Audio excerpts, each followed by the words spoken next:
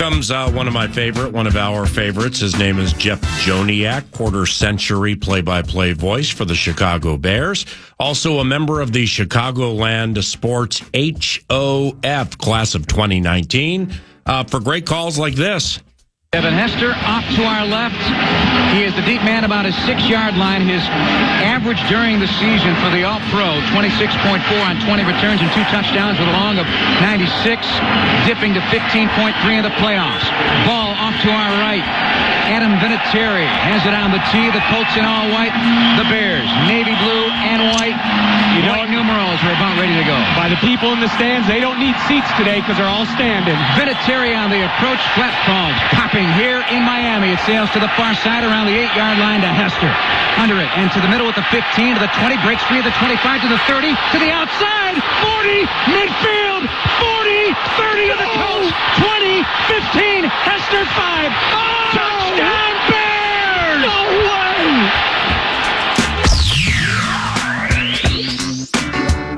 What's going on there, Mr. Joniak? Oh, that's a goosebump moment. Yeah, for sure. How about it? And when I went looking when I went looking for stuff this morning, I'm like, well, Jeff, Jeff, so I'm reading up on the Chicagoland Sports HOF.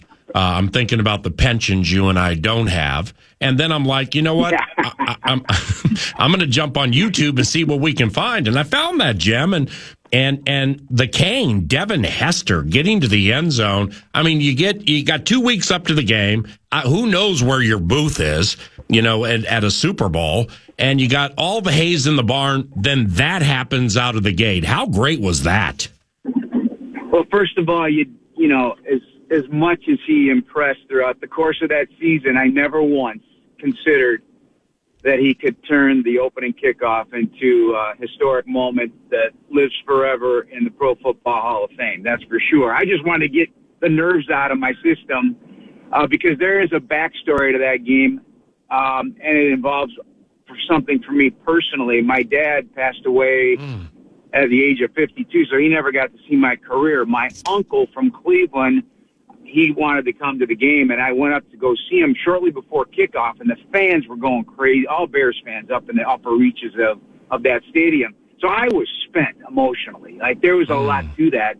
And then just to get through that and the stunning moment of him actually doing what no one has done prior or since and may never do again, I don't know, was really something to behold. And, moments, there's an NFL Films version of that, and I go through the entire history of the season of the Colts kickoff coverage was being so awful. And the back and forth all week, we're not going to kick to them, and then ultimately decided to kick to them. And it just all blended together. And then from Riviera Beach, Florida, to the biggest stage in sports, Devin Hester, you are ridiculous. Yeah, I'll just put a nice bow on it. Yeah, thanks for sharing the personal part of that story. Holy cow, what an emotional experience and time of your life. One you certainly never will forget, and we're glad that you shared it. Now, Jeff does a cool Bears podcast. It's called Bears Etc. And you can find it at Jeff Joniak via Twitter. Now, episode 89. All right, you chatted with News Center Coleman Shelton. How's the Bears' offensive line overall in your estimation? Well, we're going to find out. It has potential. I think Ryan Poles feels it has potential to be very good. He said as much the other day at the podium. To me, it's big years for, obviously, Tevin Jenkins. Tevin Jenkins in a contract year. When he's healthy, when he's right, when he's playing every snap and he's coming off the ball, he's a bad man. And I think that's a very important piece to this puzzle, the interior. Shelton keeps proving people wrong, as I learned in that podcast. Never been easy for him, undrafted, and I'm glad they settled on a center sooner rather than later just to get that rhythm with a rookie quarterback. And then Nate Davis, he has been a bit of a puzzle to try and solve, and hopefully he's going to be there for every game and every snap because he and Jenkins and the left tackle Braxton Jones all missed games a year ago. And so we need that continuity. You always hear that from everybody. You got to have the continuity in the offensive line. Braxton Jones in a big year as well. Can he prove to this league that he can be doesn't have to be a star, just can you be a solid left tackle? He's proven that he can be when healthy, and he's getting better every day. So, and the right tackle, Darnell Wright, he's got a first-round grade on him. So he came into this league with that kind of pedigree, and now if they can all blend it together and learn from each other, I think they could be solid. But it is probably the biggest question mark, if you ask me, on this team, if they can actually pull that off. Fox. Jeff, what was Caleb's preseason performance at Buffalo one of the cooler preseason games you've ever called? Yes. He did it. I mean, yes. I watched the whole thing, man. At least when he was in there, he was phenomenal. He was. Everything. You know, I went back to PA when he played at Oklahoma, and I was just watching some highlights and some tape that I found up at Hallis Hall, and he looked exactly the same at Oklahoma when he debuted, relieving Spencer Rattler, as he did, you know, in that preseason game at Buffalo. It's the spatial awareness, the sights that he sees with his eyes, how he controls the defense with his eyes. He can affect every blade of grass with his arm because he's got a great arm, and everybody that's catching passes from him, from the backs to the ends to the receivers, telling me that he throws a easy ball to catch. But he just has this feeling of, you know what, I'm not leaving the pocket to pick up yards. I'm leaving the pocket to create a new window of opportunity to the very last possible second. And he did it at Soldier Field as well on a throw to Roma Dunze. I don't know if you saw that one. Dunze was out of the back of the end zone when he toe tapped, and it was a double line on the back of the end zone. Just, you know, didn't work out with the touchdown. But, I mean, he's running out of time and space, and it's no different to me than a three-pointer at the buzzer to beat the clock in the NBA. That's how he plays the game. Well, with Caleb, you know, can you tell with your discernment, with your instincts, and everything you've seen, can you tell that the Bears are sitting on something very big with Caleb Williams? Yes, I keep telling you, everybody, he's got a high floor, but even higher ceiling, and I don't want to put a ceiling on him. Is it going to be easy? Hell no. Is it going to be a linear path to greatness? No. And everything hinges on certainly health, what's around you, circumstances, adaptation, how teams adjust to him, and vice versa. So we've all been down this road before with players, but there's also the unwritten stuff, the stuff that you and I can't see. It's the intangibles. It's what's in his heart. And believe me, this has been somebody that's been basically, since the age of 10, geared up to play this game at this level. And everything has been taken into consideration by his family, by himself. This is what he has set out to do since the age of 10. And sometimes you hear those stories and think, you know, we've been down those roads before too, but I believe it. I was at the Hall of Fame and went with the team to go look at, you know, that, go through the tour and go into the statue area, the busts. And I ran into him, and we were talking a little bit. And he's looking around, and I'm telling you, this is what he's thinking. He's thinking, I'm going to be here one day. And I believe what he thinks. He has himself geared to be on the mental side, and the stuff that really separates players on the inside, I think he's got all that. So whether or not it happens, we can't wait to see the story written. What was it like, Jeff, having HBO around for Hard Knocks? You know, let me tell you, there were 77 people. Jeez. Have you guys had Hard Knocks? No. Okay, 77 people from NFL Films at any given time in the building, outside the building, whatever. You know, and you didn't even really notice they were there. You had to really take a hard look. They were running around like crazy. They worked their tails off. There were a couple times I was having conversations with players, Santos and Patrick Scales, a long skint snapper, at one point early in camp, and we were talking about dumb stuff. Talking about how I don't look good in a bucket hat. You know, those bucket hats for training camp they hand out, and I can't wear that. You know, and all of a sudden I look up and there's a boom mic over me. Now, I know all that stuff made the cutting room floor, right? But, you know, those moments, they're trying to capture these unique conversations that just happen organically, and you happen to be in the midst of it, but you don't really, and the players said the same thing, you don't really notice it. And I thought they did a heck of a job. The that we both love NFL films. You know, it's charting the history of the game, and we're helping do that as announcers as well. And it's a unique and very humbling opportunity to be a part of that. And I've loved NFL films since the time I've been a little kid. And the editing that they do, the work that they put in, the effort. I mean, they were with us on the plane just to get them, not a bunch, but a few people just to get from point A to point B, to capture every single moment. And I thought it was pretty damn cool. That's sweet. Time for a couple more for the Vox. Jeff Joniak, are you into your 24th or 25th year calling? Yeah. 24, yeah. 24th. Yeah, that's sweet. 24, 28 with the team, so It's crazy, isn't it? That's cool. And we're in the 20s, both of us. So. Right. And Dan, it's something else. Dan Miller with the Lions into his 20th, and I mean, and Wayne beats all of us with the amount of time he's done it. Is just a couple more team related questions. So the Bears are 4-point favorites Sunday and are hosting the Titans. How squared away does Eberflus have the team into the season? Just overall, the squad.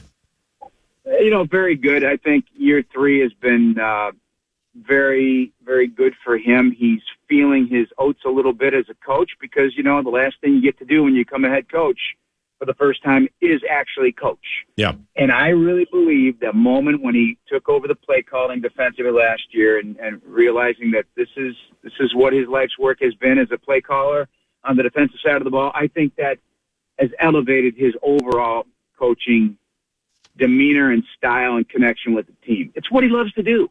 He loves to do that. Loves calling plays, missed calling plays. And so knowing that he's going to start this season from Jump Street as a defensive play caller, albeit bringing in Eric Washington from Buffalo to be the actual defensive coordinator, is really going to be beneficial. I think it gives him a different set of different kind of mojo, different kind of cachet with the players because he's intense. He may not show that at the podium or in Hard Knocks, but he is intense. And there's a side of him that the linebacker who played at Toledo comes out from time to time, and certainly it must during games. And he's still tethered to the quarterback. He's learned from Nick Saban. You gotta stay in tune with the quarterback and have a relationship with the quarterback. And I think that that's gonna make a difference. He started doing that with Justin Fields, and he's continuing that now at a different level with Caleb Williams. So he's got 26. There's 26 coaches on his staff now. He's got a lot of help. There's a lot of layers to this team, and but he's still the main voice, and he doesn't ask for much. He just asks you to hustle and work your tail off every day, and I think the players appreciate that. You are fantastic, my friend. You did it again. I texted. As you are. Well, I texted you at 1:00 in the afternoon yesterday. You responded at 3:33 in the morning with a thumbs up, and here we are. So I don't exactly know what you have again. It wasn't 3:30. It was something like that. But I had, for some reason, yesterday I had a lot of text, and I couldn't sleep last night. Yeah, I know what you mean. Sleep. I believe I hit you up at 1:30. Yep. And with a simple thumbs up because I didn't want to wake you. But, yeah, no, I'm bad. I'm bad at it.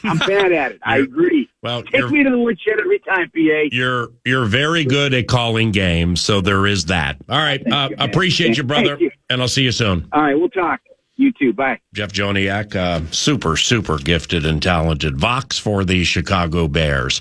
On to some adversarial intel with a beat writer from the New York Daily News who covers the New York Giants. His name is Pat Leonard, and he's next. Now.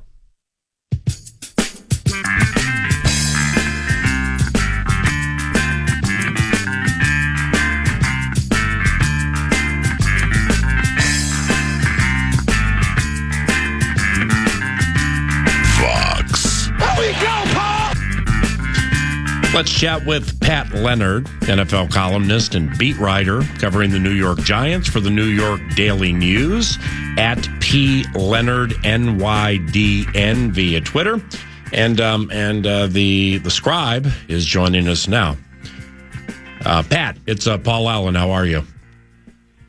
Paul, I'm doing great. Thanks for having me on the show. Yeah, no problem, man. And it's good meeting you. Thanks for taking the time. Pat also does a show on YouTube called Talkin' Ball.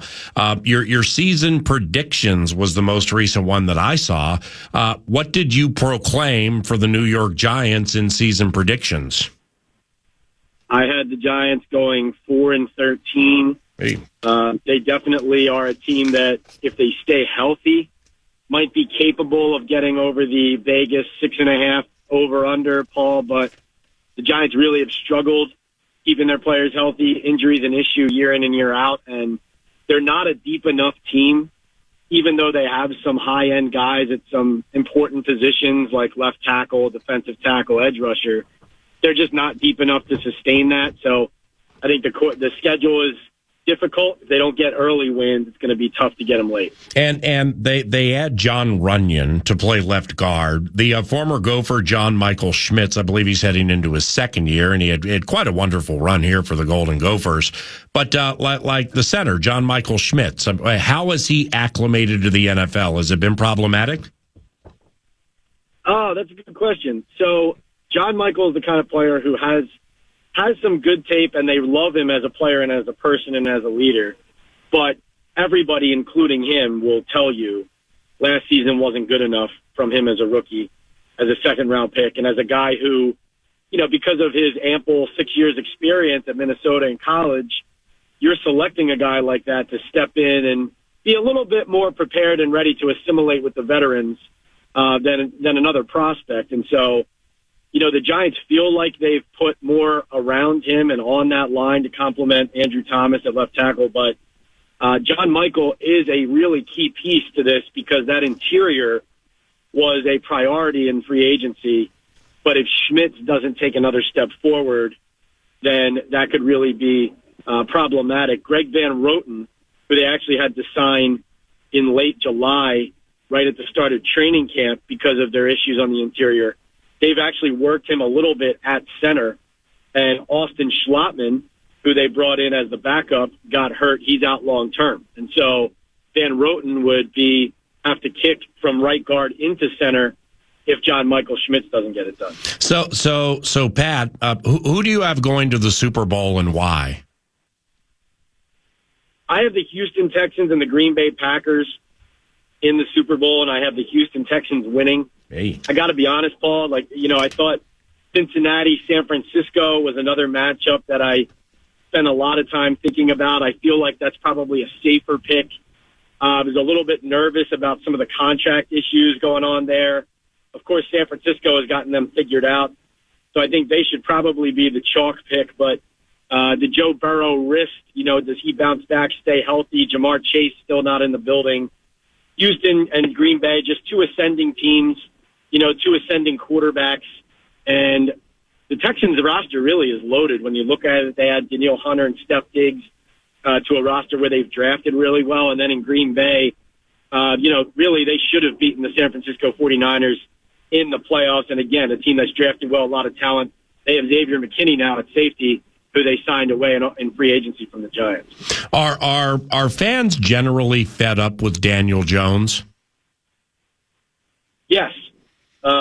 And funny enough, Paul, the general manager sounds like he is too, based on, I don't know if you saw, but as we talked here this morning, a headline came out of the Chicago Bears Hard Knocks series on HBO, where Ryan Poles, the Bears GM, and Joe Shane, the Giants GM, are standing on the sideline of the Georgia-Clemson game that just happened a few days ago. And Joe Shane says to Ryan Poles, must be nice not having to look for one of the, and he kind of pauses and makes like a throwing motion. And Ryan Poles goes, oh, yeah, quarterbacks? Yeah, I hope we don't have to do it again for a long time. And so that's the Giants general manager talking about how he's still in the hunt. And so if the GM feels that way and is talking that way, you can imagine how the fans are reacting. I mean, Paul, to be honest with you, there are Giants fans who would rather see Tommy DeVito, their third-string quarterback, in the lineup instead of Daniel Jones because they're tired of the same old thing. I don't think that's fair. Not the player that Daniel is, but that gives you an idea of how some of the fan base is thinking.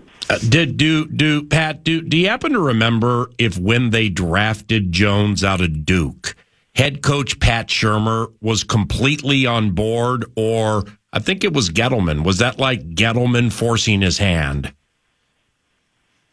That was a Gettleman pick. Pat liked Daniel a lot. But, I think ultimately that fell on the GM. That's viewed as the general manager's pick. And also it's viewed as the Giants organization's pick. Like I remember when they drafted him, based on all the intel we had of how the Mara family and the Gettleman and Pat Shurmur, like my lead to my story was the Giants love Eli Manning so much they drafted him again. That was kind of how I painted the picture at the time. And I feel like that really fell on ownership, general manager falling in love with him. Shurmur was on board. It wasn't like he was kicking and screaming, though.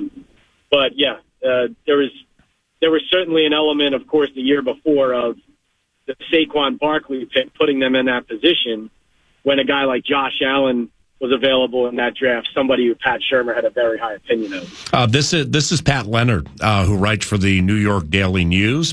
He's an NFL columnist and also covers the Giants. At P. Leonard, NYDN. Follow him as a 9 to Noon does. And also learn more about his podcast. It's a YouTube show called Talkin' Ball. And you could subscribe to it like I will after the radio show, Talkin' Ball with Pat Leonard via YouTube. Now, for the Giants, Pat, with Burns, Thibodeau, and Dexter, will the pass rush be impactful enough to help a secondary, and correct me if I'm wrong here, that very much seems to be a work in progress? Great question. That is the question, because, Paul, for this team to be any good this year, this pass rush has to lead them. This is Brian Burns, who they traded a second-round pick for, and they're paying almost $30 million a year. Dexter Lawrence on a big contract, one of the better defensive tackles in the league, former first-round pick. Kayvon Thibodeau, number 5 overall pick of Joe Shane's a couple years ago. So that has to drive the engine. I think in games like in their Week 2 matchup against Washington, a team that we know their offensive line isn't very good, they should be able to help control the game and help them get a victory. I have a question, though, about this Week 1 matchup with Minnesota. Like, if Kevin O'Connell, who I think is a great coach, if he commits to running the ball and the Vikings get an early lead, I think that'll be a recipe for a lot of the Giants games of how the pass rush might not be able to affect it, which is falling behind and, Aaron Jones and the Vikings dictating the game on the ground. I think their run defense is suspect at the moment. They really don't have any D tackles outside of Dexter Lawrence to speak of. Yeah. So it's going to be more on them controlling the way the game goes early, starting with this Minnesota game. And, of course, like I said, O'Connell committing to running it, because you and I both know he's a great offensive mind, loves to throw the ball. There's nothing wrong with that. But I think this is a game where the Vikings, if they invite that pass rush with a heavy pass game and putting Sam Darnold back there too often, you might be inviting some disaster and a Giants victory. But if you don't let them pin their ears back, that's how it happens positively for Minnesota. Elite point. And it's simply because the entire offseason, the Vikings and O'Connell's talked about it, have worked on reshaping the running game. Dalvin Cook a couple of years ago, when they beat the Giants Christmas Eve, then lost to them on the check down in the playoffs, Dalvin Cook, his runs his yards per carry was pretty good. And he had an effective season, and O'Connell threw it 61% of the time. Last year with the four quarterback trick, all the way down to like our version of DeVito, which Giants fans saw last year. I mean, it's really difficult to handicap those games, period. But with Aaron Jones and C.J. Ham and third-year running back Ty Chandler, who's going to return kicks, and he's very, very fast. Yeah, I expect them to formulate a running game and build off of it with a passing game.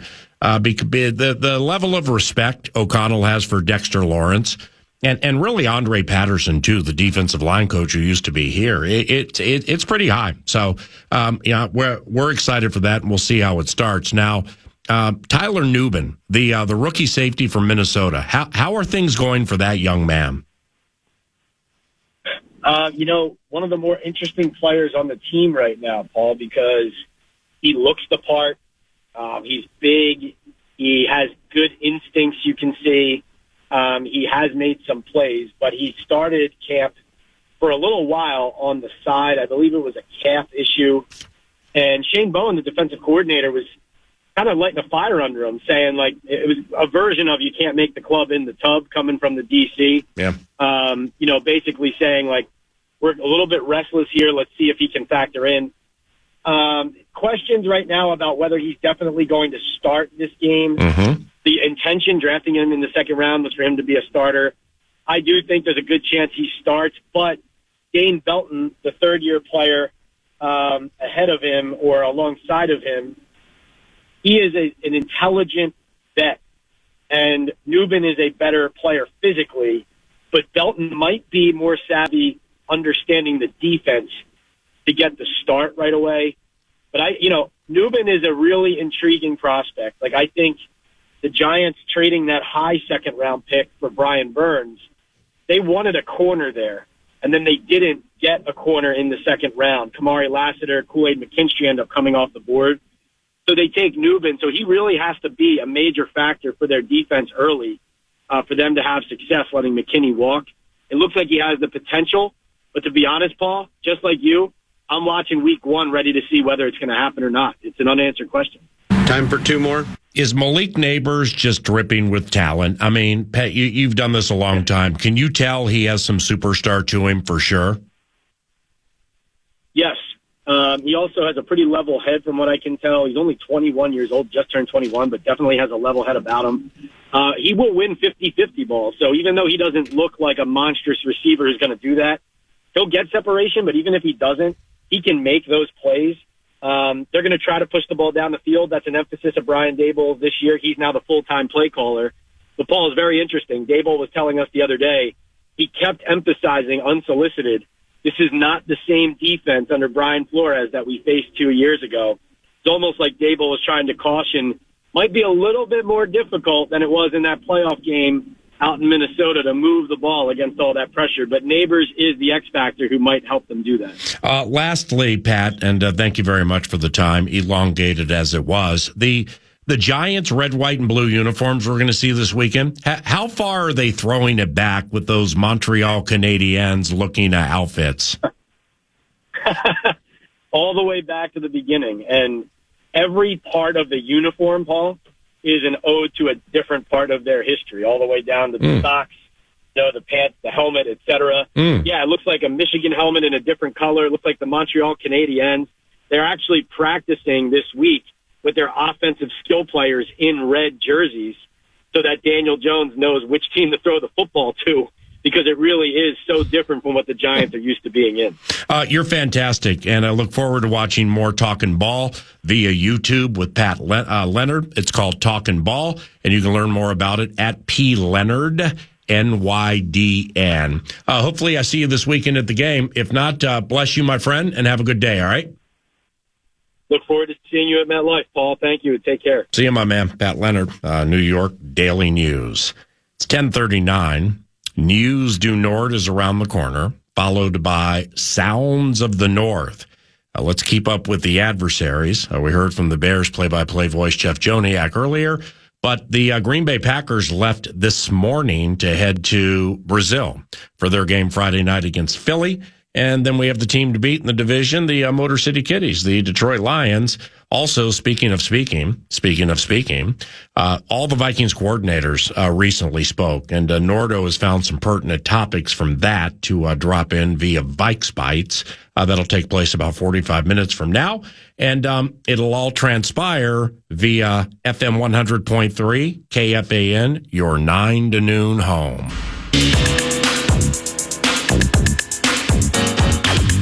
News du Nord, 9 to noon. News du Nord is brought to you by The Casino at Canterbury Park. The Casino at Canterbury Park offers you poker, blackjack, and table games all year round. Live racing still in play, at least a couple more weekends, I believe.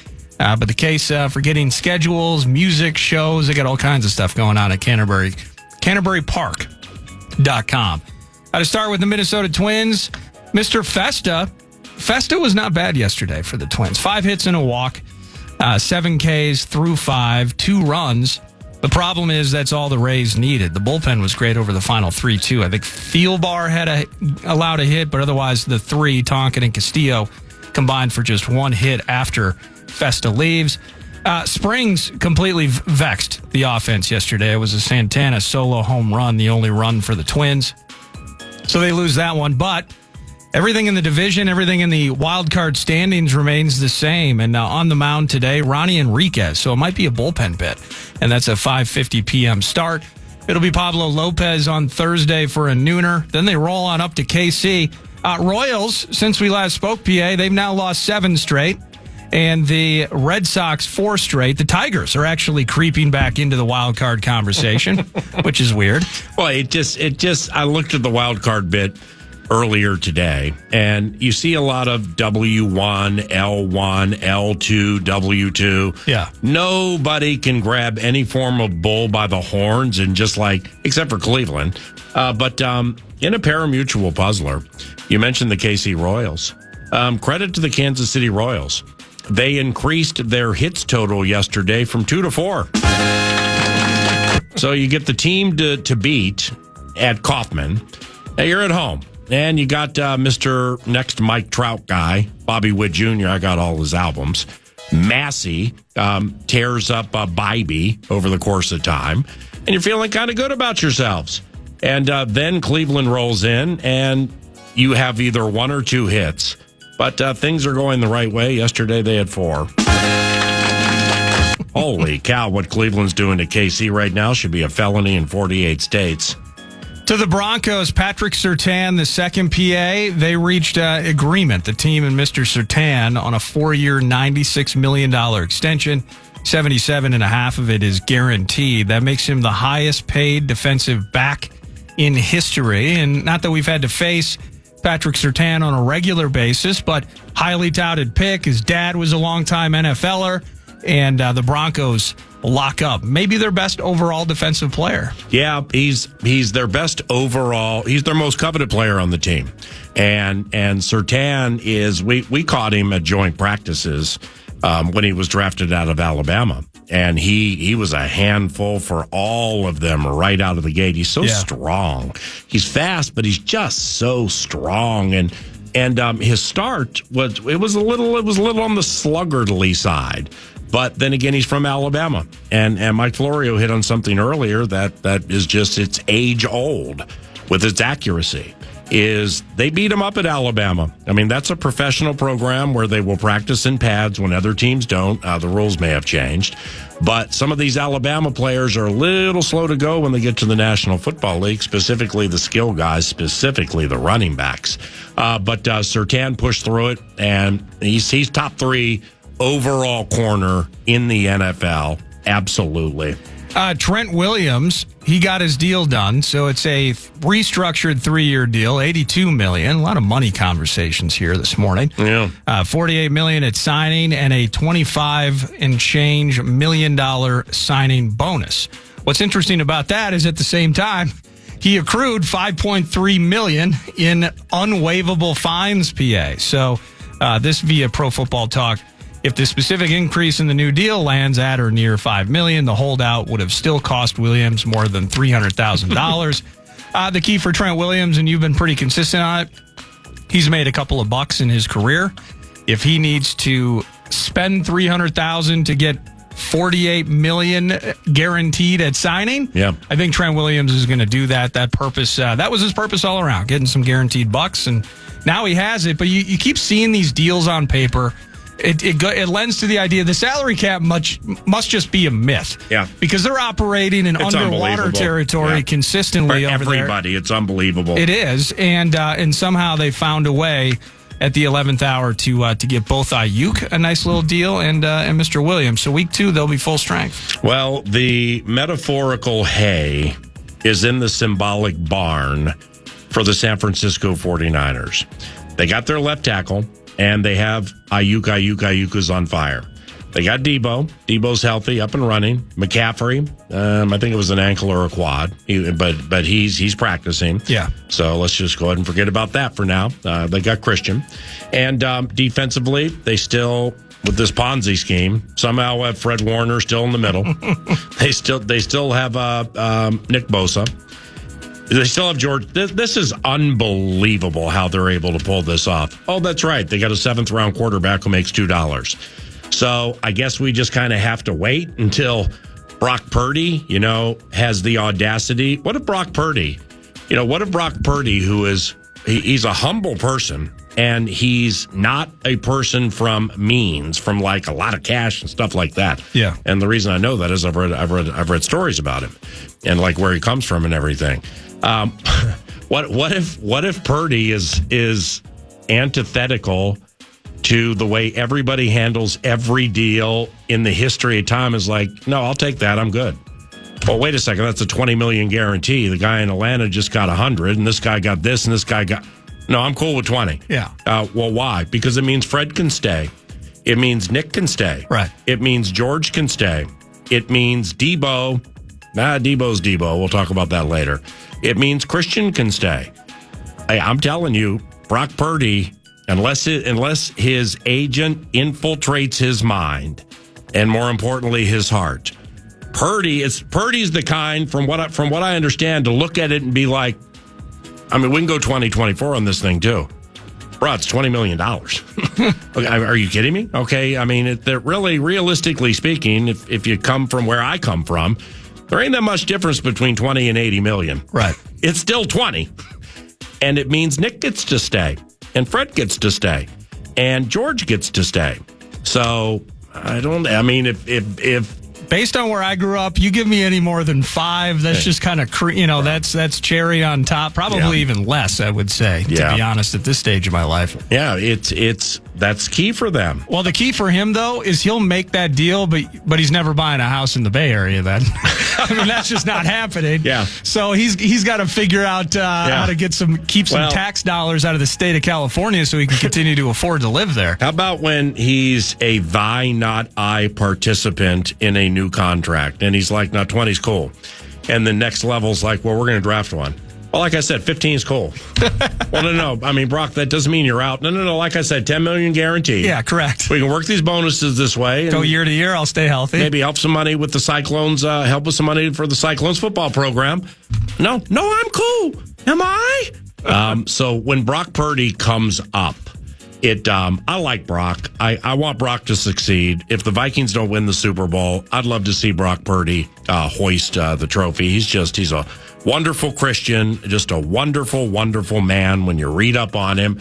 And you talk about rags to riches, man, with this Mr. Irrelevant thing. You know, you can be plugged into next level Shanny's offense, but you still have to do it and make it work and execute it. And the problem they're having, and they had it with the kid with the olive shaped eyes and the high cheekbones. Jimmy G. Yeah, Jimmy Garoppolo. All right, 3-2. Olive shaped eyes and high cheekbones, Jose. Is they're getting to a certain point where the quarterback is like messing up one thing at the worst time, and they're just losing. So they're close, but it's close but no cigar as they go now out in the old Bay Area. Stephon Diggs, you mentioned this, and Florio did a piece on it at ProFootballTalk.com, gave his thoughts on it to you 9 to noon, but just seeing this GQ article, man. Last year, I was in the worst mental space I've been in since I've been in the league. This is according to Diggs, telling Clay Skipper of GQ. If I'm not in a good space, obviously that's not the best for me, so that's when things had to start shaking out. You can't roll out of bed and get 800 yards in the first 8 games, he says. Your best receiver is doing that. You tell me about the last 10. What changed? Were there changes going on? I pay attention to what really happened and not what people try to act like happened. Like for the last 10 games, I forgot how to effing play football. And then he references leaving the Minnesota Vikings and the Bills as well. None of those teams wanted to get rid of me. Things had to shake because I kind of wanted them to shake. We had some talks in Buffalo. We knew where things were going. I did, at least. The outside world had so much speculation. I knew from the beginning of the year to the end of the year to the offseason exactly what was going on. Not too much confusion on my end. And then later on, I'm a professional. I believe in professionalism. You don't got to talk bad about your ex-girlfriend to your new girlfriend. So that's Bills and I guess the new... You don't got to what? You don't got to talk bad about your ex-girlfriend to your new girlfriend. I think his new girlfriend being the Houston Texans. Yeah. You heard it there. None of those teams wanted to get rid of me. Things had to shake because I kind of wanted them to shake. Yeah. So he's kind of admitting, like, I'm a good player, and when things are good for me, things are good. But when I didn't want to be there anymore, I shook the tree a little bit. That's a level of arrogance few know. Thank you. In fact, it's a high level of arrogance. I can't remember. Oh, that's right. There was this weekend. I always love that one. So anyway, I wish Steph well. I wish Steph well. Yeah. That's it. I wish Steph well. Hey, you're a football player, man. And you bring people thrills, and you bring people diversions from things around which they're trying to navigate in their lives. That's who you are. That's what you are. It's not for me to say that's all you are. But Stefan there have been so many times on sidelines all around the NFL where I've seen Steph and kids, and it's really a beautiful thing. Really a beautiful thing. Just completely assuming it's deeply rooted in his heart, and it's not because Andy Canutis is there with his camera. But the way you just laid that whole thing out, I mean, that's quite the high level of arrogance. So God bless you, Steph. Good luck. This is for on the gambling side of things, PA. The American Gaming Association estimates. But we got something at Canterbury that you would be interested in, and it's relatively on your way home out Chaska way. And I just saw it on Twitter. It's so at Canterbury Park. Yeah, it is the Pro Football Pick'em Challenge, and it's every Thursday from 10 in the morning till 10 at night. And you can win up to $500 if your picks are the best. I don't even think it costs to get in. So I can just roll in there and drop off my picks? You got an MVP card, right? Oh, are you kidding me? Yeah, so the Pick'em Challenge at Canterbury, 10 a.m. on Thursday. I'm watching a little promo here with Kevin Gore pushing some buttons like Cincinnati and Chicago, which I think is really cool, given I joined Teddy P, or one of his assistants in the card casino a couple of times to record Pro Football Pick'em Challenge videos. Yeah. I always love that one. And there's left on the old cutting room floor. That's cool, though. No, but seriously, make picks Thursday beginning at 10 in the morning. I think you'll love that. Let's get them to release the outtakes version and see the announcer in the mix as well. Well, you have to go play the Pro Pick'em Challenge. I'm going to do it tomorrow. Right, because if you don't, you're a fraud. With some of the